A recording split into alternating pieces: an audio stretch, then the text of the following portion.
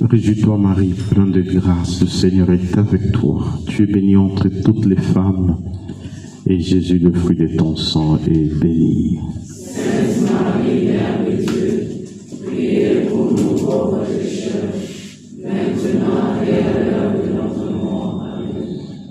Sancti, sancti, sancti.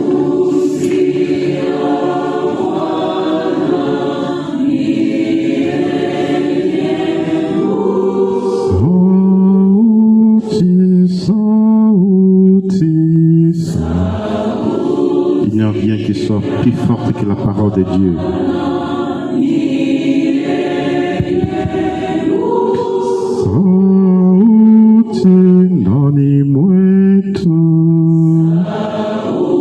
Je ne rougis pas de l'évangile. Il est puissance pour quiconque croit.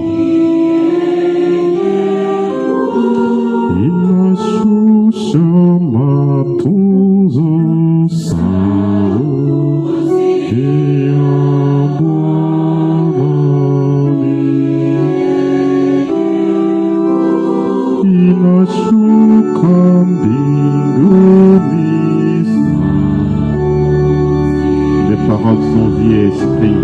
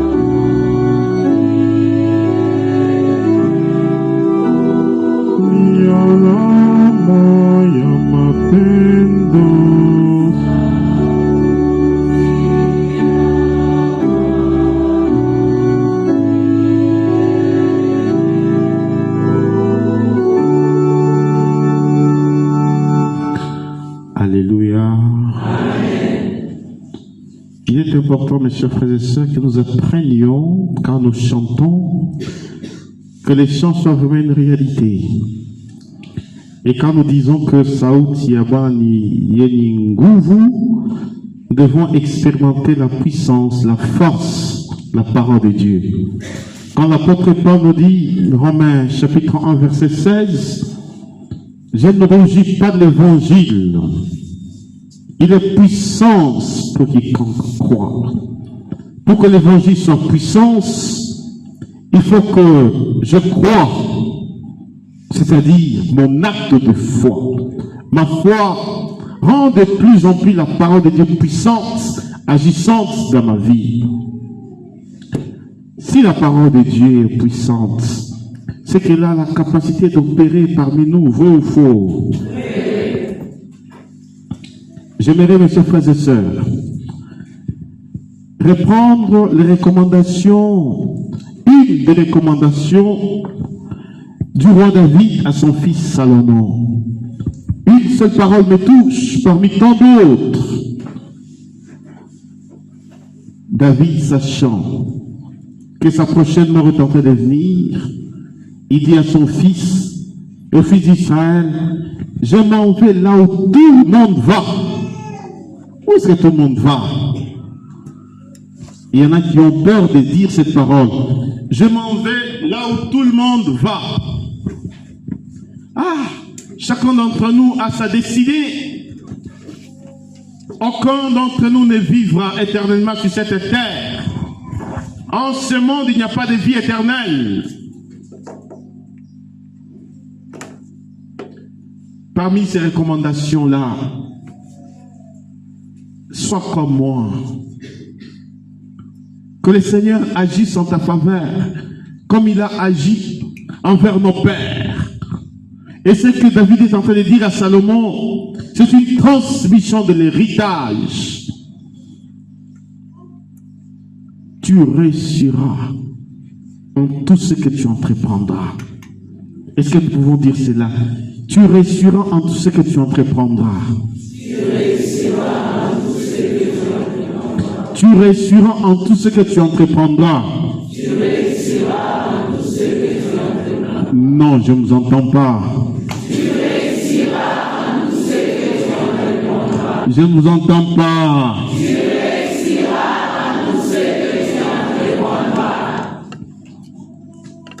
Dieu n'a pas prévu pour moi les échecs. Dieu n'a pas prévu pour moi les insuccès.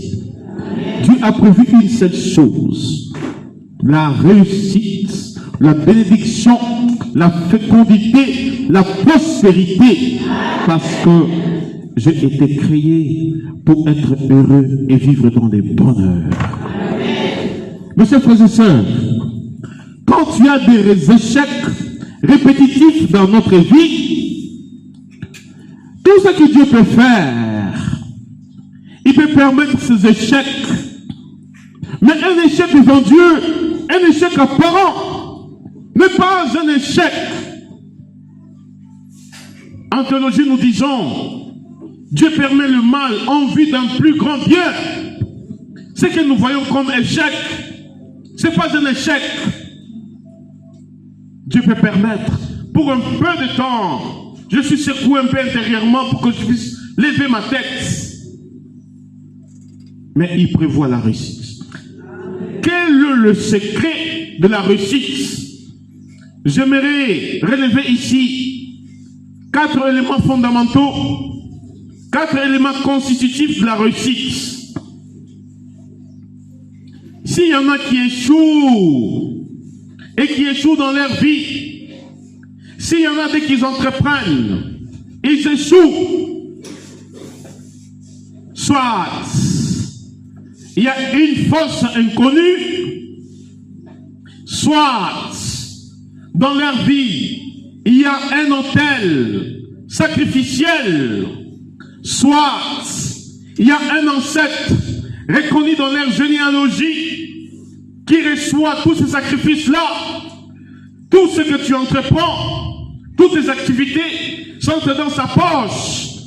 Et toi, tu te retrouves, mais qu'est-ce que j'ai fait? Cet esprit-là, il faut le repérer. Alléluia. Amen. Il faut le repérer pour que ma vie soit de plus en plus prospère, afin que j'aille de gloire en gloire. Amen. Le premier élément, le secret de la réussite, c'est faire la volonté de Dieu. Quand je suis établi dans la volonté de Dieu, mes chers frères et sœurs, comme dit la petite Thérèse, l'enfant Jésus, je tiens la Sainte Trinité captive parce que je fais ce que le Seigneur me demande. Et quand je fais ce que le Seigneur me demande, le Seigneur m'obéira en tout ce que je lui demanderai. Parce que c'est une collaboration. Le Seigneur me donne ses commandements. Il me donne ses ordonnances. Je les mets en pratique. Et quand je dis, hey, Seigneur, j'ai besoin de ça, le Seigneur ouvre les portes de la bénédiction. Qu'est-ce que c'est cette volonté? Vous savez, le mot volonté en hébreu, c'est ratson. Dites ratson. Ratson. Veuillez faire une petite gymnastique avec moi pour que je vous dise ce que c'est faire la volonté de Dieu. Quand j'écris le mot ratson, la première lettre c'est resh. La deuxième lettre c'est le Aleph, qui est la première lettre de l'alphabet. La troisième lettre, c'est Tzadik. La quatrième lettre, c'est le Vav. Et la cinquième lettre, c'est le Nun final. Chacune de ces lettres-là a une signification. D'abord, le Resh, ça vient des roches. Ça veut dire la tête. Quand tu fais la volonté de Dieu, tu engages tes facultés intellectuelles. Tu engages ton intelligence. Tu engages ta volonté. Tu engages ton imagination. Tu engages ta mémoire. Tu engages tes sentiments. Les 5 puissances de l'homme. Et ça, c'est dans la tête. Et lorsque maintenant, la volonté de Dieu, c'est la lumière de la parole de Dieu. Tu comprends la parole de Dieu par ton intelligence. Tu l'aimes par ta volonté. Tu te souviens de cette parole de Dieu. Et lorsque maintenant tu entres dans la créativité, ce que la parole de Dieu te dit, tu le fais. Et ça, c'est la volonté de Dieu. Maintenant, le Aleph, c'est la première lettre qui suit la lettre de la bénédiction. Le Tzadik, ça vient de Tzadik, la justice, dans la volonté de Dieu. Non seulement il y a les facultés intellectuelles, mais il y a la vertu de la justice. Oh, vous savez très bien que la justice ne peut y rimer qu'avec une vertu qui est... Mes enfants ne me suivent pas. Et mes enfants ne sont pas à l'école de Perpi. La justice rime avec quelle vertu? La paix. En vertu du psaume 84, verset 11. Amour et vérité se rencontrent. Justice et paix s'embrassent. La vérité germera de la terre, du ciel se penchera la justice. Et cette justice consiste à s'ajuster vis-à-vis des hommes et vis-à-vis de Dieu. Un homme juste souffrira de toutes les injustices humaines. Et Jésus était le juste par excellence. En étant juste par excellence, il est devenu notre justification. Et la justification devient l'acte par lequel Jésus-Christ, en tant qu'agneau de Dieu, non seulement il ôte les péchés, il nous couvre de sa justice. Alléluia. Amen. La troisième lettre, la quatrième, pardon, le Vav, ça signifie l'union. Quand je fais la volonté de Dieu, dans la volonté de Dieu, il y a la justice, mais il y a l'union, il y a l'alliance. Les Vav, c'est la lettre de l'alliance. Ça veut dire que je suis attaché à Dieu. Je fais un avec Dieu. Et il renouvelle l'alliance lorsque je pratique la volonté de Dieu. Et maintenant, le Nun final, c'est la fécondité. C'est la conséquence de tout ce que je fais. Quand je fais la volonté de Dieu, le résultat, ma vie porte du fruit. Alléluia. Amen. Alors tout ce que j'entreprends, je réussis. Donc, premier critère, faire la volonté de Dieu. Deuxième critère, deuxième élément, c'est porter du fruit. Celui qui fait la volonté de Dieu, sa vie devient de plus en plus féconde. Il n'est pas dans la stérilité, il n'est pas dans la sécheresse, il n'est pas dans la misère, il n'est pas dans la pauvreté. C'est un homme, tout ce qu'il entreprend réussit, ce qui touche, ça porte du fruit. Alors c'est un critère, mes chers frères et sœurs. Quels sont les fruits que vous avez portés dans votre vie? Quels sont les fruits que vous avez portés dans votre vie? Nous sommes tellement instables, mes chers frères et sœurs, à cause peut-être de certains aléas de la vie. nous n'arrivons pas à porter du fruit. Or, la gloire de Dieu, c'est que vous portiez du fruit et des fruits qui demeurent. Dieu a une gloire et sa gloire, c'est que vous puissiez porter du fruit. Il y a les souffrances du temps présent ne sauraient être comparées à la gloire à venir qui sera manifestée en son Fils Jésus. Alléluia. Avez-vous déjà porté du fruit un jour dans votre vie? Sur le plan spirituel, avez-vous déjà porté du fruit? Ceux qui ont déjà porté du fruit, levez les mains. Ceux qui ont déjà porté du fruit. Hey! Oh, chrétiens catholiques. Donc, votre vie est inféconde. Qui sont ceux-là qui ont déjà porté du fruit?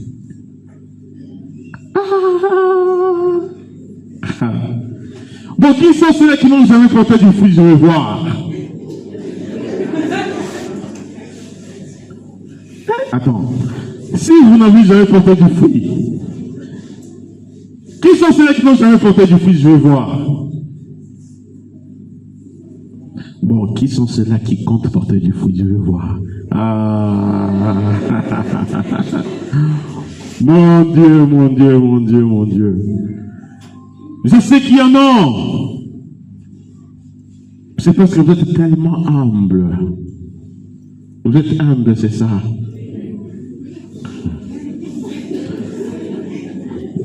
Mes pères, nous on porte du fruit, non? En tout cas, moi si on me posait la question, Père, as-tu déjà porté du fruit? Je dis, oui! Si vous ne reconnaissez pas cela, le ciel le reconnaîtra.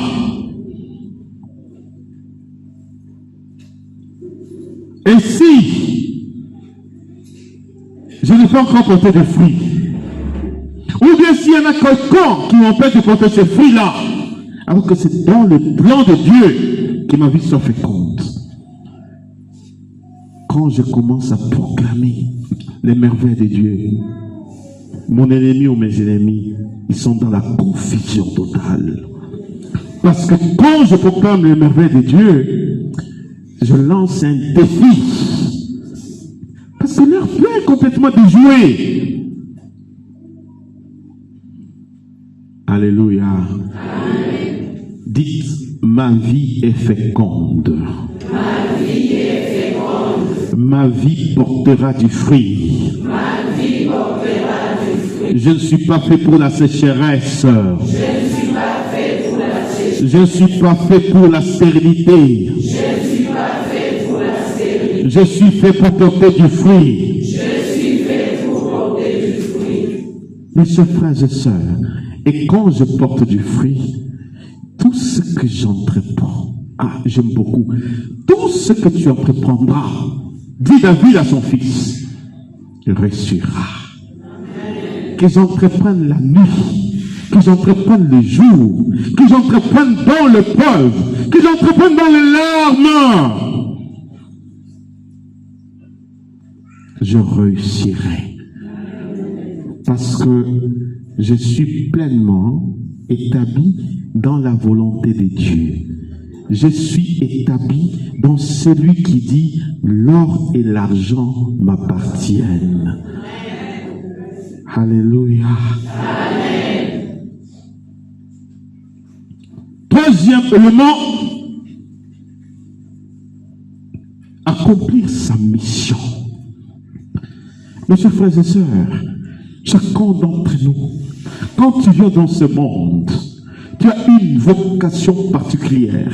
Dieu t'a assigné une mission. Il y en a. La mission qu'ils ont, c'est d'être tout simplement des petites lumières là où ils sont dans leur société. Ce sont des gens qui ne vont pas se laisser compromettre avec la tricherie, la corruption.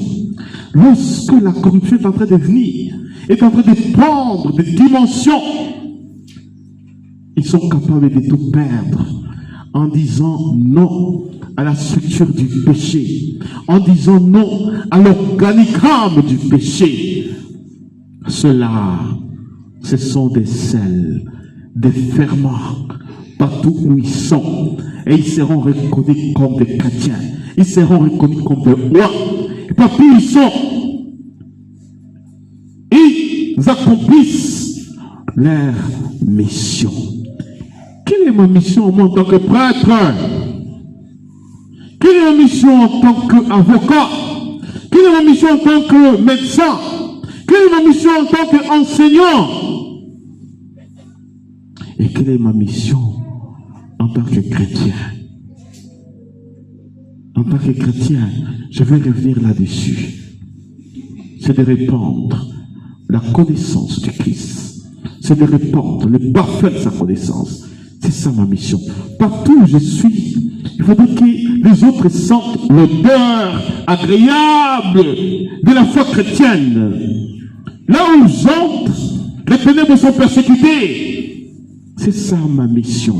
Mais quand j'entre dans des petites compromissions, parce que tout le monde fait autant, moi si je veux faire comme ces gens-là, en quoi je suis choisi, en quoi je suis élu. Alléluia. Amen. Alléluia, alléluia. C'est effectivement cela, mes chers frères et sœurs. Ma première mission à moi, c'est de gagner les âmes à Jésus, de pêcher les âmes. De vivre toujours ce transfert, de transférer ceux qui sont voués au royaume des ténèbres. Je les transfère dans l'empire du royaume où se sentent fils et filles de Dieu. Nous ne pourrons pas mesurer la portée de la récompense. Quand quelqu'un était voué à l'enfer et que tout en étant auprès de cette personne-là, les portes de l'enfer ont été fermées et que la personne qui était vouée à la damnation, les portes du royaume de Dieu s'ouvrent. Quand Jésus nous dit, il n'y a plus de joie dans les ciels pour un seul péché qui s'est converti, que pour 99 brebis qui n'ont pas besoin de la conversion. Et ma mission, c'est toujours de gagner. Il y a de ces personnes, le Seigneur m'envoie auprès de ces personnes, des personnes indociles, incorrigibles, difficiles. Mais Dieu veut à ce que, par la dose de ma patience, qu'elle soit produite en eux les œuvres de conversion. Ça peut être ma mission à moi. Alors, quand nous avons cette noble mission, nous refuserons des missions charnelles. Nous refuserons des missions diaboliques. Il y en a qui sont envoyés en mission pour aller tuer. C'est ça ta mission, toi? Allez tuer. Tu violes le commandement de Dieu parce qu'il est dit, tu tueras. Point. Parce que la vie est sacrée. Tu ne peux jamais créer la vie. Il n'y a que Dieu seul qui est l'auteur de la vie. Il y en a qui ont reçu la mission d'aller voler. Va voler. Il y en a qui ont reçu la mission d'empoisonner les autres. Hey! Il y en a qui ont reçu la mission de transmettre la maladie, de lancer des sorts, des envoûtements, ou des actes sorcellaires. Il y en a qui ont reçu la mission de répondre simplement à la calomnie. Va dire que tel homme, il fait ça, il fait ça, il fait ça, pour qu'il soit simplement sali.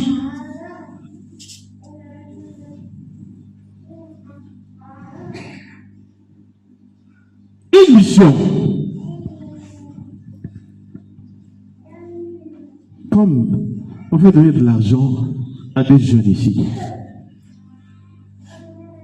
Il y a cela quelques années, allez répondre dans tous les quartiers là, qu'il y avait une fille ici, que ses parents ont fait fuir parce que le père était amoureux de cette fille. Hey! Une mission. Moi, je ne suis pas au courant. Mais je dis ça les jours où la maman de la fille me disait, mais toi, tu n'es pas au courant. J'ai dit, non, de quoi?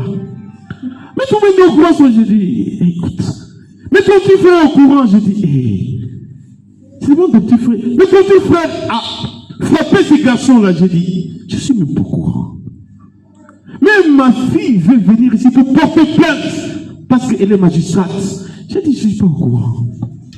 Et il y en a qui reçoivent ce genre d'émissions. Et moi, en entendant cela, qu'est-ce que je fais? Parce que je suis mis tout simplement là. Quand je me mets là, quand je me couche par terre, je me souviens des jours où j'ai été ordonné. Faites attention parce que la foudre peut s'abattre sur vous. Je ne vous fais pas peur. Hein. Je ne vous fais pas peur. Hein. Mais attention. Vous voyez, recevoir des missions pour salir, pour médire. Et c'est ça votre mission.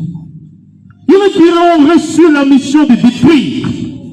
Je me rappelle, un jour, j'étais invité dans une communauté religieuse. Quelqu'un a été envoyé.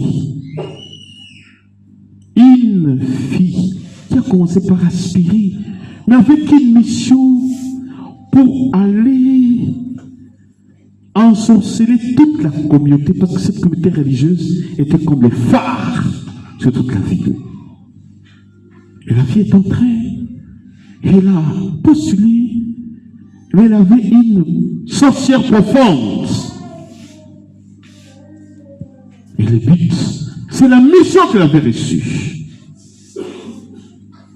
Il y en a qui sont envoyés dans des séminaires, qui sont là mais étudier loin, même à Rome, pour aller connaître les secrets du Vatican.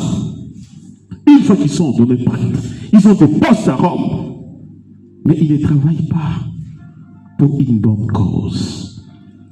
Et quelle est ta mission que toi tu as reçue? Quelle est la mission? Jésus a envoyé, il a appelé, il a envoyé les apôtres à mission. D'abord, ils ont commencé à être avec le Christ.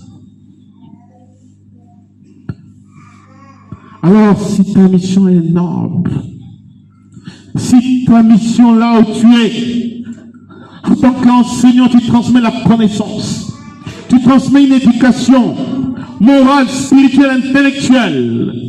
Là où tu es avocat, tu prends la cause, tu défends le malheureux, le pauvre. Tu es la voix des sans-voix, tu es les yeux des aveugles, tu es les oreilles des sourds, tu es la respiration des agonisants. Cette mission noble-là que tu accomplis sur cette terre, les jours, comme dit David, je m'en vais, là où tout le monde va, tu ne pourras pas mesurer la portée, tu entendras les paroles de ton souverain. Entre dans ma joie, bon et fidèle serviteur, entre dans ma joie.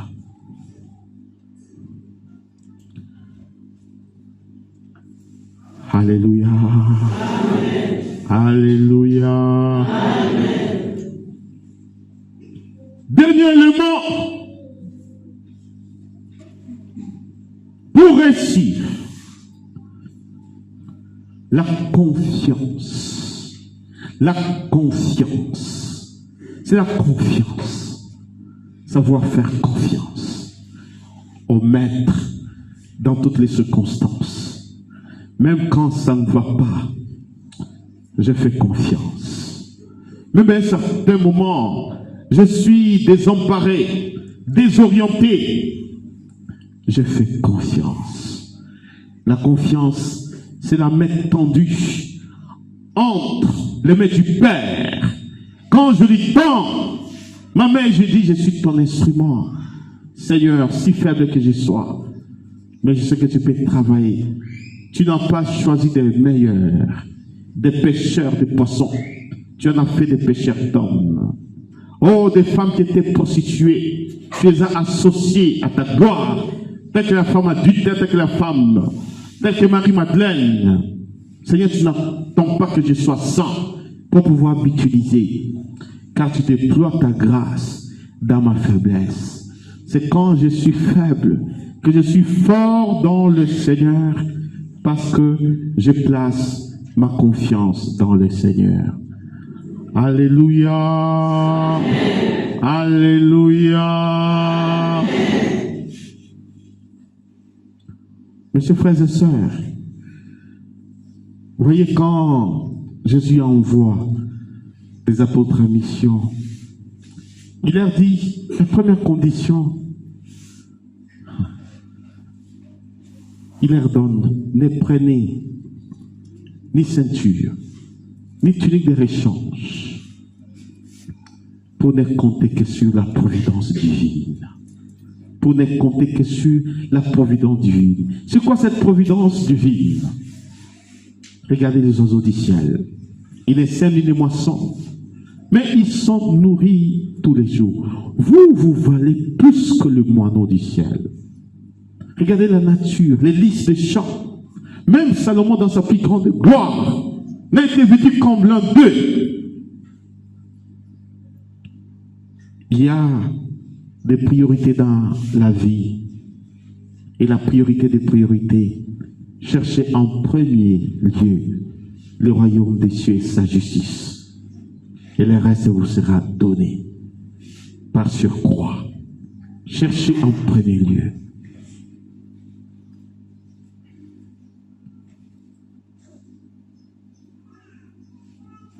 Quand Jésus envoie ses apôtres, la pauvreté. Aujourd'hui, pour être quelqu'un, regardez les apôtres. On voit les serviteurs de Dieu dans des costumes, des chaussures impressionnantes, des vestes, n'en parlons même pas. Quand il passe à côté de toi, le parfum, il choisit toujours le parfum de grand prix. Des montres impressionnantes. Ne parlons pas des androïdes. Tous ces serviteurs de Dieu, du temps des apôtres, tout cela n'existe pas. Quand les apôtres n'avaient rien, tu peux avoir tout cela, mais il te manque la personne de Jésus. Mais si tu as la personne de Jésus, tu peux relativiser toutes ces choses. Les apôtres n'avaient rien de tout cela. Devant un infirme, je n'ai ni or ni argent, mais ce que j'ai, je te le donne. Au nom de Jésus, lève-toi et marche. Nous avons besoin de ce christianisme apostolique. Au nom de Jésus, lève-toi et marche. Au nom de Jésus, lève-toi et marche.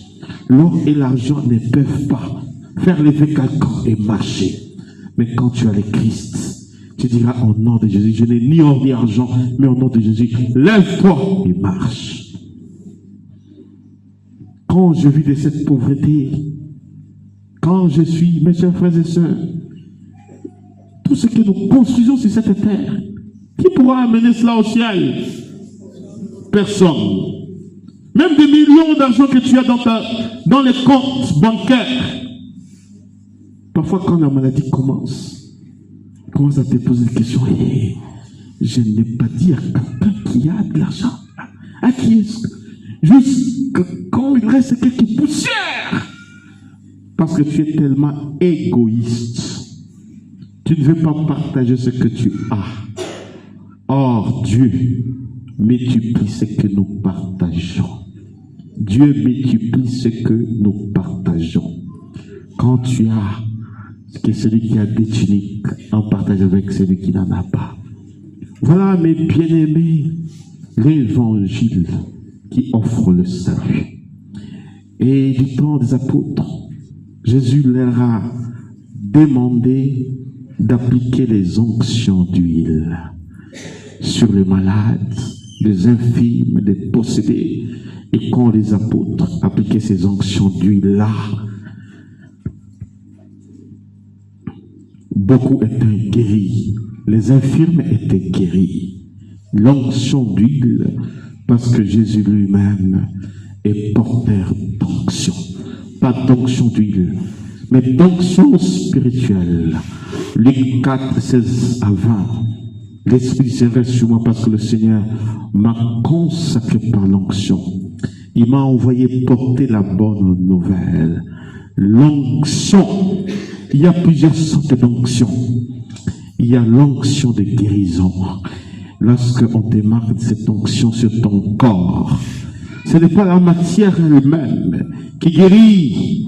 Non, c'est la forme, la prière, l'invocation du Saint-Esprit, et que l'huile fécondée par la grâce de Dieu devient opérante. Et lorsque tu reçois cette onction dans la foi, tu reçois la guérison, tu reçois la libération. L'onction de guérison. Il y a l'onction de libération. Beaucoup de personnes sont tellement enchaînées, ils sont sous la dépendance d'alcoolisme, la drogue, de l'instabilité sexuelle, tous ces liens-là qui les rendent de plus en plus dépendants. Quand tu reçois l'onction de libération, les chaînes tombent. Il y a l'onction de délivrance. Il y a des personnes qui sont victimes d'oppression, de tourments diaboliques, d'obsession. Lorsqu'ils reçoivent l'onction de libération, mes frères et sœurs, ces personnes-là sont délivrées. Il y a des personnes qui sont victimes de blessures intérieures, manque d'amour, de blessures de rejet. Lorsqu'ils reçoivent l'onction, ils reçoivent la guérison intérieure, ces blessures-là sont guéries, alors ils deviennent de plus en plus libres pour pouvoir aimer le Seigneur. Alors aujourd'hui, parce que c'est l'évangile d'aujourd'hui, nous n'allons pas imposer les tolls, nous allons donc appliquer les onctions sur les malades, sur tous ceux qui sont victimes de blessures intérieures, des chaînes, des tourments, d'oppression, alors des maladies incurables. Ils viendront ici, nos trois prêtres, nous allons appliquer l'onction et après nous continuerons donc la prière que le Seigneur aujourd'hui agisse par l'onction, l'huile d'onction que nous allons bénir et qui va vous toucher, qui va pénétrer, qui va adoucir, qui va régénérer, qui va rénover, qui va restaurer notre être pour que nous soyons de plus en plus resplendissants de la gloire de Dieu. Amen. Amen.